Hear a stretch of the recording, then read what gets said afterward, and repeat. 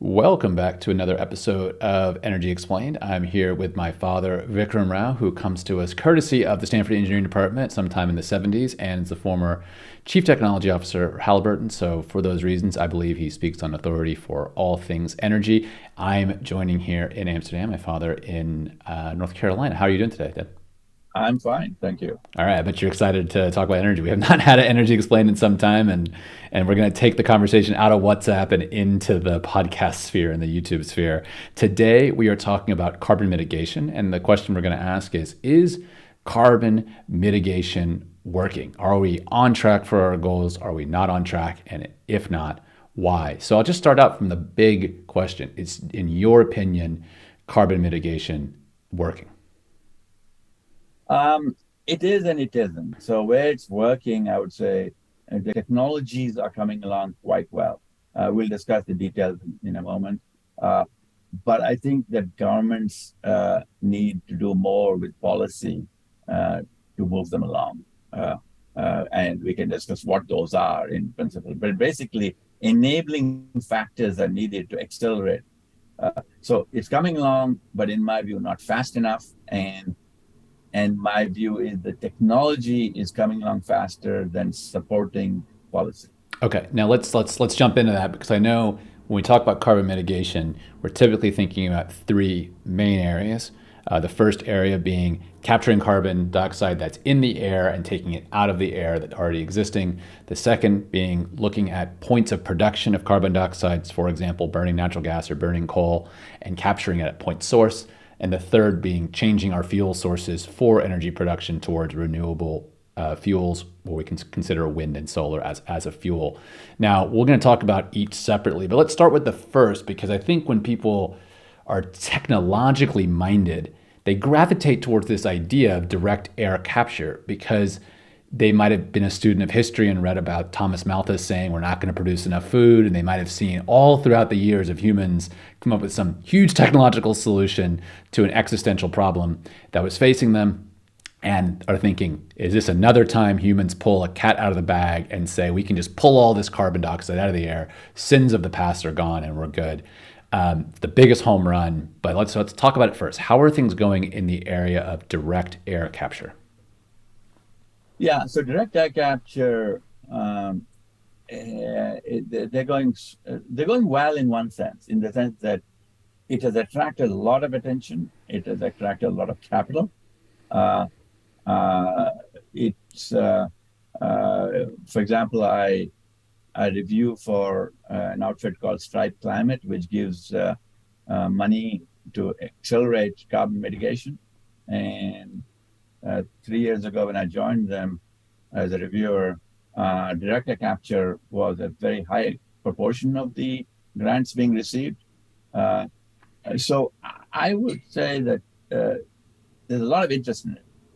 The pluses and minuses. Okay, the quick pluses and minuses. The plus is an obvious one you said, which is sins of the past, if you will, Yeah, can be mitigated. The other big plus is that you can do it anywhere. yeah, Okay, and so because if you capture CO2, then what do you do with it? yeah. Okay, so this is the problem. What I call sources and sinks. Okay, so the source can be anywhere. So you could put this source near a sink. Yeah. Okay, a sink could be geologic sequestration or whatever. So one of the biggest allures of direct air capture, which is known as DAC, by the way, DSC. Okay. So I'll just call it DAC to keep it short. Uh, the biggest allure of DAC is that it can be near a sink. Okay. The real issue with that is really thermodynamics. It very little. See, it's no matter how you do it, the chemistry of how you do it, it's easier to capture CO2 if it's a higher concentration in whatever fluid medium that you're capturing from. Yeah. So it's much easier to capture from a cement plant than from a power plant than from a natural gas power plant. It's a, Yeah. starting with nearly 30% down to 15% down to 5% CO2. Okay. Air has less than 0.1%. Okay. Mm. So the sheer difficulty is the concentration is so low that you it's just more costly. You have to move a lot more air through whatever system you're doing. We can discuss if you want the science of it, but the point is the science of it is very similar to the science of the other methods, meaning for direct air cap, for point source, but the concentrations are much lower. I see. So and you need to do all this and not consume terribly much energy, because all the energy you need to consume needs to be sourced renewably, because otherwise you're going backwards in the net equation. So is what you're saying. So some of the times I think in technology, we run into physical limits. If you, with microchip design, we're now running into the limit of Planck's constant, almost, where things are so small, we're now at the quantum level of design, and we cannot get past that. So the physical limit of the semiconductor industry is known, right? Here you're saying whatever the solution is going to say have something that's 999 parts something, and one part the thing you want, and that's going to be a physical limiting factor for the economics. So let's talk about the economics now of today. How much carbon can you capture out of the air today, sort of per dollar, if you will, and how does that compare to other forms of carbon capture, like at point source? Right. So right now, direct DAC is coming in at $250 Oh, per wow. metric ton. Wow. Okay. It's heading downwards in some of the, and so anything I say about my grant reviews are public knowledge. Sure. So some of the grants that I reviewed are talking about getting down to below 100 Okay. eventually. Okay. Eventually. But in my view, the difficulty is going to be, unless there's some amazing breakthrough that I can't know what it is. Okay. If they continue to use the method they do. So the current methods are very straightforward, very similar to the methods used in point source. For example, where there's a solid adsorbent, a material that adsorbs the CO2, and then you release it by heating it or doing something else. So you desorb it by heating it. And then bind it to something and bury it in the ground or something. Or correct. And then once the CO2 is there, it's pure CO2, and then you bury it in the ground or bind it to something, as you say. My favorite being something on mineralization, make it into a mineral. Okay. The point is that so that method, the adsorption and desorption, well known. That is what's been used for other things, and you need the power, electricity to move the fans, to move the air through. You need it to heat the sorbent to recover it. So you need power. Yeah. So you made that point moment. Say, let's back up. If you find renewable sources, almost always there's periods of time in which they're not needed. Sure. Okay. Because demand is not there. Sure. During the time the demand is not there, you do something else with the power. Gotcha. One of the things being considered is to do that something else, being to a DAC system. So power is free, let's say. Yes, power is free and it's clean. Yeah. Okay. So that's another thing. When you use power for something, is it clean enough? And all that. Yeah. So, and that, I root for that. Yeah. But I don't think it will, I don't say ever, but easily ever get down to point source numbers. Yeah. Well, I think, what I've seen, and we could talk about what we would like the world to look like, and we could talk about what we think the world does look like. To me, what the world does look like is if you have an energy technology that it improves carbon mitigation, if that technology is fundamentally not the cheapest way to do whatever you're trying to do on the market, then it will grow sub-exponentially. It will grow. It will not be a major factor. If we look at solar power, solar is having its run right now, and I think our listeners are probably familiar that solar installations have exceeded all international projections. It's having a true exponential growth moment where we're seeing doubling of capacity in short time frames. But it's a technology that Jimmy Carter put solar panels in the White House, and it's been around for a long time. And it only when it hit the cost efficiency did it go exponential. And so while we might hope that governments would say take half of military spending and put it into direct air capture, what you're saying is you're seeing a long road to get to being a profitable business. It would have to be fundamentally subsidized. But if we think about subsidies, I'm sure we're going to get to next is we might say that's where do we put them, and it might not be on the most for far-reaching technology. They might be closer in. So to summarize, then you're seeing with DAC, you're saying promising to work on, investing in it doesn't sound crazy. It might be something that you could see, but without an unforeseen breakthrough in the physicality of the process, we're looking at more incremental growth, and it's not part of the picture for the next 25 years unless governments had a totally different attitude, which we have not seen them have. Is that kind of summarizing where you're at there? Yeah, that's about right. In fact, going back to your point about solar, one of the reasons solar has come down so fast in cost is policy. Very few people will dispute what I'm going to say just now, which is that Germany's policy for basically creating a market for solar drove companies to invest in manufacturing methods that drove the cost down. Yeah. Okay. So policy can be a very powerful driver. And that's why I started by saying we're doing okay on technology. We're not doing that well on policy. Yeah. Enabling policy, I call it. Yeah, and I will say this. I think at least my looking at the economic history of energy is that policies that ultimately rely on market forces, but shape market forces to capture the true impact where markets do not take into account externalities, impacts outside their system. When you internalize those and put those in the policy, you see policy being very effective. However, when you have a technology that fundamentally is costing 2 times what it could cost to do that same thing elsewhere, it becomes very difficult for you to start seeing this at scale because it would require long-running subsidies, which are just, and I'm not, by the way, I'm not even saying that wouldn't necessarily be a bad idea. I'm just saying it's not an idea that's ever had traction politically, ever, to the scale we're talking about, to the $1 trillion scale.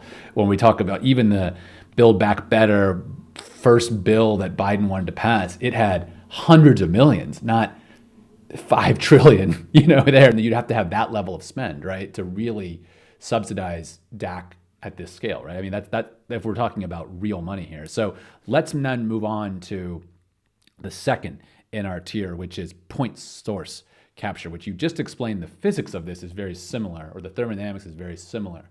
Now, where are we at here? And is there a runway for point source capture to be a part of the equation or a bigger part of the equation than it is today? I know it's already is a big part of the equation, but can you fill us in where we're at today? How important is it today, and where do you see it going, especially as you mentioned heavy industries like I think you mentioned chemical and cement manufacturing? Yeah, so point source capture right now is reliably at $40, $40 per metric ton of CO2. So 1/6 of that number for DAC. Yeah, that doesn't mean DAC will not improve, but yes, that is correct. Okay. Yeah. But as I told you, I mean, I saw technology recently where they feel they can get DAC down to $85, and maybe they can. Sure. Okay.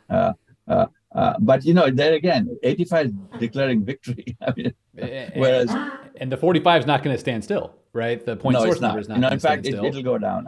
I expect that 40 to go down to 30. Okay. So then you're still at a 2 or 3x. So yeah.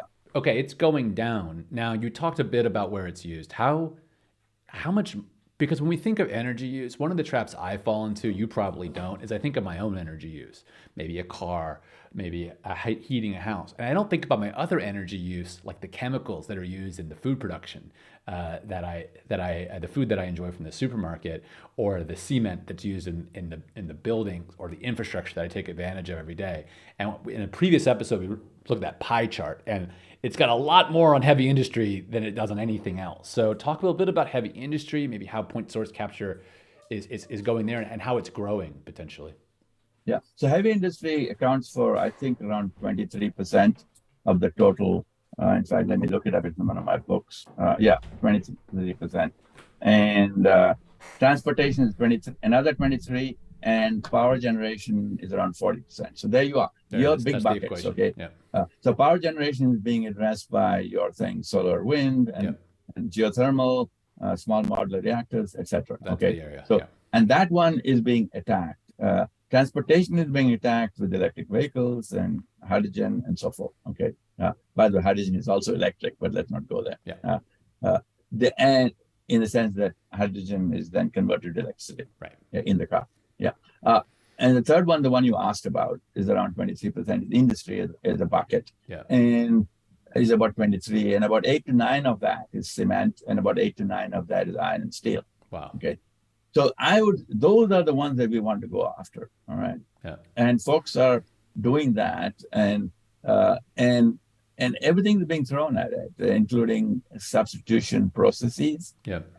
materials being substituted, uh, and carbon being captured. But for the purpose of this discussion, let's talk about carbon capture. Cement is the most dense in terms of CO2 concentration in the off gases. Yeah. It's between 20 and 25, up to 30%. Uh, uh, Iron and steel is more like coal power plant, 15, 12%. And then natural gas combustion, which is one of the most popular methods right now being used to plug the gaps Yep. In solar and wind, a time when it's not operative, is around 5%. Yep. Okay. So as I told you, it's just thermodynamics. It is easier cheaper to catch it at the higher concentrations. But I would say that the 40 number I gave is easier for cement than it is for natural gas, but is doable. Okay. So point source right now, those are the ones to attack: steel, iron and steel, cement, and to some degree any combustion power plant. So let's Yeah. take that cement example, and let's assume, for purpose of conversation, that 25% of the gas release would be CO2. If nothing was done to mitigate. So a cement plant in the 50s is pumping out CO2 at this rate. If you apply what you consider to be the best practices, the best technology, but those that are economical nonetheless, in that range that the value is below what you tend to get on the open market for a ton of carbon, so that when you mitigate, you would actually make a profit by doing so. When you apply those technologies, let's start from 25%. What do you get to? That now because obviously you said the denser the mixture, so I assume you do a few cycles. Now you're down to 3% left CO2, and it starting to become, and so you can only get down so low, right? How low do you get? Well, let's go. Let's amend the question to let's talk cement, okay? Yep. Which will be 20 to 25 some percent. Yeah. You can capture it for, like I said, $40, so maybe a little less. But all of it, or like all the CO2? No, 90 to 95. 90 to 95%. So you can get it going from 25% output to 1 to 2% output. Yeah, yeah. Wow. And that's the thing also I need to caution. When people say capture, nothing is ever 100% of anything. No. Okay. Yeah. So about 90 to 95% is, and the rest is just simply let go. It's unusual to then recycle it and capture the little remaining one. Okay? Well, the purpose of the argument, it would be highly uneconomical to do that, right? I mean, Correct. But by the purpose, essentially, of the direct-to-air capture, you would find that that's still quite rich, although a smaller quantity and harder to put it near a sink and everything, but still looks quite rich in terms of, I see. You're right. As I was saying that, I was thinking the same thing. Yeah.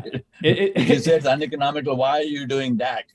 Well, there's a quantity at play here, but it also it maybe reveals why one is an experimental subsidized technology and one is a for-profit used at scale technology, right? Like that. And when I say for-profit, I mean conditioned on the fact that there is a market for pollution credits. Therefore, you get paid to do something smart, like reduce the CO2. Yeah, but there are other costs. So, for example, you can catch it for 40, I said, and eventually, in my opinion, it'll go down to 30. Yeah.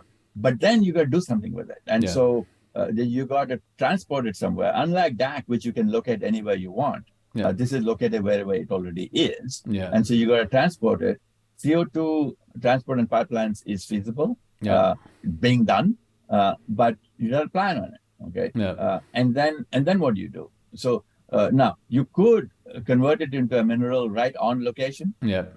Uh, a mineral meaning convert into a carbonate, Yep. uh, and then that carbonate can either be used for something such as a concrete additive, Yep. or simply put in the ground and it's going to stay stable. Yep. Okay. Now, uh, the most common method right now is geologic sequestration, where the oil companies are doing that right now, BP and Total and so forth.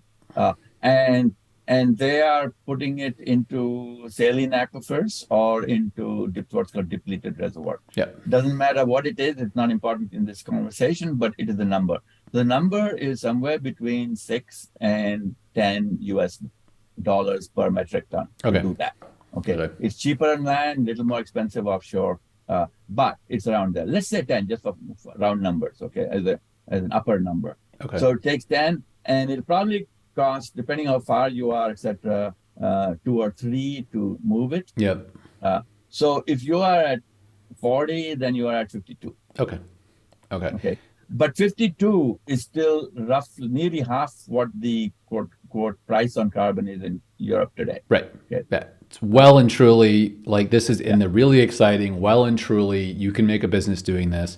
Now, I have to admit, I have a Yeah. confession. When I think about all this carbon sequestration, I think about the little SodaStream machine we have of like pressing the button and it makes the water fizzy. Yes. Is that like is that kind of how it's all working, or is it like is that too simplified? Well, you mean in underground? Yeah, like you have the SodaStream machine, you put the water on there, then you just press the button and it becomes fizzy. Are they Pretty just much, pumping the gas in pretty there and much. making? Although we do it under pressure, and it's done with what's called supercritical CO2, which is CO2 which acts As a liquid and a weirdly enough, gas? liquid and a Yeah. gas. Quite right, quite right.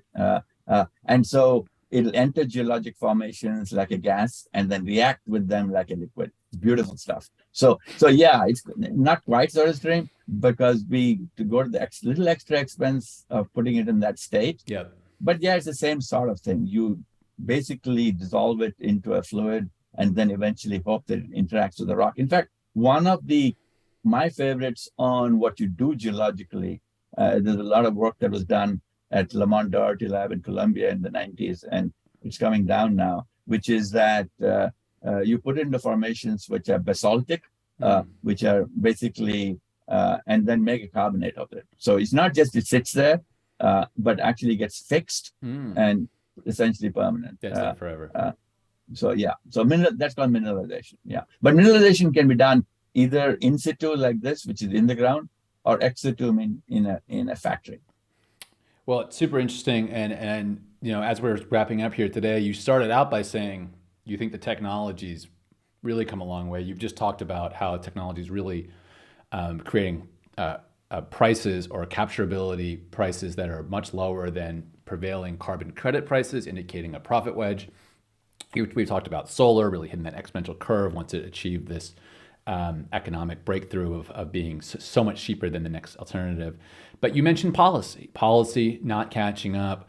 In our final couple minutes, what would you say about policy? What would be those policy levers you would pull so that you would feel that the technologies that are here would be able to hit the market and grow in the market faster than they otherwise would? I think the main policy measures would be basically like what Europe is doing, which is cap and trade, which essentially sets a price, Yep. which is a market price. Okay. Yep. But even in Europe, one other policy measure has to come down, which I believe is going to happen, which is not to disadvantage European industry with that. So if the steel industry in Europe is saddled with an emissions cost, why should cheap steel come from somewhere else which is not saddled? Correct. Okay. Correct. So I think sort of import carbon duty, I'll call it, is something either is being considered or is being implemented in Europe today. But you need to do something. You need to level the playing field. You cannot make it harder for your own folks. No. So because it's a world problem, and I don't think it's unfair at all to do it that way. Yeah. It's interesting because we could do a whole episode, maybe we should, on it's a world problem because we've seen in the last couple of years major subsidization initiatives from the quote unquote developed or richer countries towards the more developing countries like India, like potentially South America and Pakistan on the list, where they're saying, look, we will clean up our acts, but you got to help us. You got to help us bring along the way, because you can reduce way more damage in our country for the world than by focusing on your relatively clean situation. And that to be a whole episode. But I agree with you. Until it's a really world market for carbon, you're going to see it's like a goalie that protects all the goal and then leaves one part open. Everything starts going that direction, right? So you're going to see that. Yep. Well, I really appreciate your insight there. I know we're at our time. So I'd like to thank all Energy Explained listeners out there for liking, subscribing, following, whatever you do that you do. Remember that the conversation about Energy Explained happens on YouTube. So head to the YouTube episode page. That's where questions gets asked. We answer every question that's not just flaming us. And we have that conversation. So we appreciate everyone supporting the channel. Thanks for spending time with me today, Dad. And otherwise, we'll see you next time.